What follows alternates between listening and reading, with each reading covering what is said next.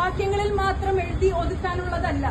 നിങ്ങളുടെ ഡോക്ടർമാരാകട്ടെ, ഹെൽത്ത് കെയറിൽ വർക്ക് ചെയ്യുന്ന ഏതൊരു വ്യക്തിയാകട്ടെ, അവരുടെ ഊണും ഉറക്കവും എല്ലാം ത്യജിച്ച് തന്നെയാണ് നിങ്ങൾക്ക് വേണ്ടി വർക്ക് ചെയ്യുന്നത്. പക്ഷെ പലരും അത് ഈസിയായി കാണുന്ന നിങ്ങൾ വേതനത്തിനല്ലേ വർക്ക് ചെയ്യുന്നത്, നിങ്ങൾ ശമ്പളത്തിനല്ലേ വർക്ക് ചെയ്യുന്നത് എന്നുള്ളൊരു കാര്യമാണ് ഞങ്ങൾക്ക് പ്രതിഫലമായിട്ട് കിട്ടുന്നത്. അല്ല എന്ന് പറഞ്ഞാൽ നിങ്ങളിൽ എത്ര പേര് വിശ്വസിക്കും? നിങ്ങൾക്കായി വർക്ക് ചെയ്യുന്ന, രാപ്പകലില്ലാതെ വർക്ക് ചെയ്യുന്ന പല ഡോക്ടർമാർക്കും അവരുടെ ജോലിയുടേതായ വേതനം പോലും ലഭിക്കുന്നില്ല. നിങ്ങളുടെ മക്കളോ നിങ്ങളുടെ ഭാര്യമാരോ അമ്മമാരോ ഒക്കെ ഈ ഹെൽത്ത് കെയർ പ്രൊഫഷനിൽ ഉണ്ടെങ്കിൽ നിങ്ങൾ എത്രത്തോളം പറയും നിങ്ങൾ അവരെ സുരക്ഷിതരായാണ് വിടുന്നതെന്ന്? ഇത്രയധികം ആൾക്കാർ വരുന്ന ഒരു ഹോസ്പിറ്റലിൽ ഒരു സ്ത്രീ സുരക്ഷയല്ലെങ്കിൽ പിന്നെ അവൾ എവിടെയാണ് സുരക്ഷിതയാവുന്നത്? ഈ ഡോക്ടർ മരിച്ചതിന്റെ കുറച്ചു നാളുകൾക്ക് ശേഷം ഒരു വലിയ മെഡിക്കൽ കോളേജിലെ സർക്കുലർ പുറത്തിറങ്ങി. അതിൽ എത്ര പേര് അതിൽ ശ്രദ്ധ ചെലുത്തിയിട്ടുണ്ടെന്ന് നമുക്കറിയില്ല.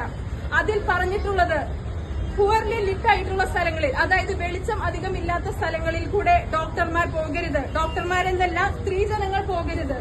വെളിച്ചമില്ലാത്ത സ്ഥലങ്ങളിൽ പോകരുത്, പരിചയമില്ലാത്ത ആളുകളുമായി ഇടപെടരുത്, അല്ലെങ്കിൽ അവരുമായി ഇടപെടേണ്ടി വരുന്ന അവസരങ്ങൾ ഉണ്ടാക്കരുത്.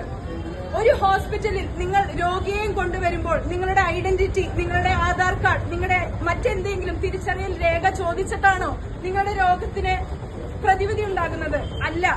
നിങ്ങൾ ഒരു കൂപ്പൺ, ഒരു ടിക്കറ്റ് എടുക്കുന്നു, ഹോസ്പിറ്റലിൽ ഡോക്ടറിനെ കാണുന്നു, അതാണ് അവിടെ ഉണ്ടാകുന്നത്. നിങ്ങളുടെ രോഗമാണ് അവിടെ പ്രധാനം, നിങ്ങളുടെ ആരോഗ്യമാണ് പ്രധാനം. ഒരാൾ വന്ന് ഈ രോഗത്തിനെ കുറിച്ച് ചോദിച്ചാൽ ഇതുവരെ ഒരു ഡോക്ടറും പറഞ്ഞു തരാൻ പറ്റില്ല എന്നുള്ള ഒരു അവസ്ഥയെക്കുറിച്ച് ഞങ്ങൾ കേട്ടിട്ടില്ല.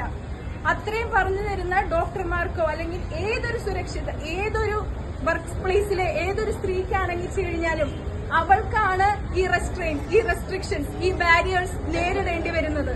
നിങ്ങൾ ചെന്ന് ഈ പ്രശ്നം ഉണ്ടാകുന്നത് കൊണ്ട് നിങ്ങൾ അതിൽ നിന്ന് മാറി നിൽക്കൂ എന്ന് പറഞ്ഞാൽ